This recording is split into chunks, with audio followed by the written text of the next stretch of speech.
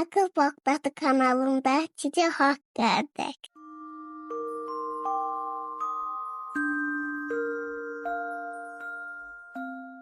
Bismillahirrahmanirrahim. Gece hikayesi. Danışan sizin Kövsər bacınız. Bu axşamın hekayəsi Kiçik Yaşıl Kərtənkələ. Çıt çıt çıt. Yuvadakı yumurta qəfildən çatladı. İçindən kiçik yaşıl bir kərtənkələ çıxıb gözlərini ovuşdurdu. O, yaxınlıqdakı qayanın ətrafında dövrə vurdu və ətrafa baxıb dedi: "Ah, buralar nə gözəldir. Dağlar, çaylar, çəmənliklər. Nə yaxşı ki, valideynlərim burada yuva qurublar."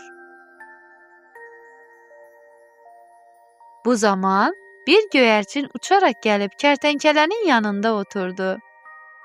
Kərtənkələ həyəcanla soruşdu: "Uçmaq çox gözəldir, elə deyil? Görəsən niyə Allah mənə qanad verməyib ki, mən də uça bilim?" Göyərçin cavab verdi: "Bilmirəm, amma istəyirsənsə mənim belimə min, birlikdə uçaq." Kərtənkələ sevinc içində dedi: "Bəli, əlbəttə istəyirəm." O, quşun belinə mindi və göyərçin uçmağa başladı. Amma çox keçmədi ki, kərtənkələ qorxu içində qışqırdı: "Vay, başım fırlanır. Tez, tez məni əvvəlki yerə qaytar." Göyərçin yavaşca yerə endi və onu qayanın üzərinə qoydu. Kərtənkələ nəzakətlə dedi: "Təşəkkür edirəm, göyərçin. Deyəsən, uçmaq heç mənə görə deyil." Bu zaman böyük bir balıq çayın içindən üzərək keçdi. Kərtənkələ həyəcanla soruşdu: "Üzmək çox gözəldir, elə deyil? Görəsən niyə Allah mənə üzgəc verməyib ki, mən də üzə bilim?" Balıq cavab verdi: "Bilmirəm, amma istəyirsənsə mənim belimə min, birlikdə üzək." Kərtənkələ sevinc içində dedi: "Bəli, əlbəttə istəyirəm." O, balığın belinə mindi və balıq suda üzməyə başladı. Amma çox keçmədi ki, kərtənkələ qorxu içində qışqırdı: "Vay, boğuluram. Tez ol, məni sudan çıxart." Balıq sürətlə döndü və onu qayanın yanına qoydu. Kərtənkələ nəzakətlə dedi: "Təşəkkür edirəm, mehriban balıq. Deyəsən üzmək də mənə görə deyil." Biraz sonra hoppanaraq gəzən bir kenguru peyda oldu. Kərtənkələ həyəcanla soruşdu: "Tullanmaq çox gözəldir, elə deyil?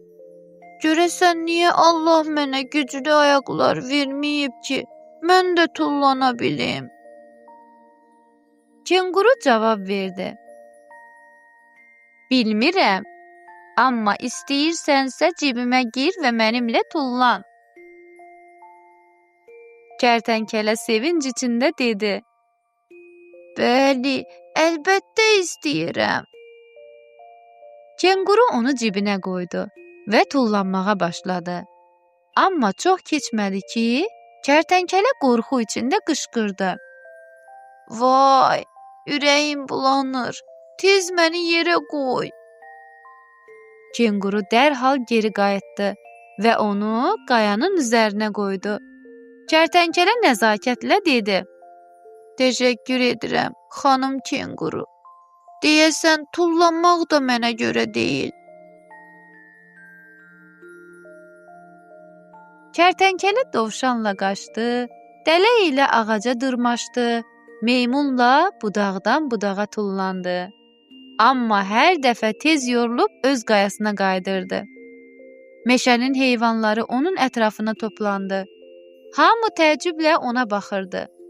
Qoca kərgədan dərin bir ah çəkib dedi: "Balaca, düzdür. Valideynlərin gəlib sənə hər şeyi izah edəcəklər.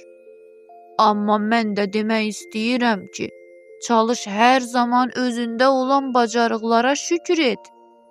Allahın sənə verdiyi qabiliyyətlərlə hərəkət et. Bu zaman xoşbəxt olarsan." Kərgədanın sözləri balaca kərtənkələni xeyli düşündürdü. Özündə olan bacarıqları tapmağa çalışdı. Birdən qayanın üstündə necə rahat hərəkət etdiyini gördü. Bu onun xüsusi bacarığı idi. Qayanın üstündə elə gəzirdi ki, elə bil ayaqları yapışqanla ora yapışıb. Kərtənkələ çox sevindi. Həqiqətən bu bacarığını özündə kəşf etdikdən sonra özünü çox xoşbəxt hiss edirdi. Göy üzü narıncı rəngə boyanmışdı. Günəş yavaş-yavaş dağların arxasında gözdən itirdi. Balaca kərtənkələnin valideynləri yem axtarışından qayıtmışdı. Onlar körpələrinin yumurtadan çıxdığını görüb çox sevindilər. Birlikdə gözəl axşam yeməyi yedilər. Sonra qayanın üzərində uzanıb ulduzları seyr etdilər. Bu zaman balaca kərtənkələ bütün bu sahib olduqlarına görə Allaha şükür etdi. Bəli, əziz balalar, bu gün də daha bir maraqlı nağılımızın sonuna çatdıq. Sizləri Allaha əmanət edib sağollaşıram. Əgər bugünkü nağılımızı da bəyəndinizsə, o zaman şəkil çəkib bizə göndərməyi unutmayın. Gecəniz xeyrə qalsın, yuxunuz şirin olsun, əziz gül balalar.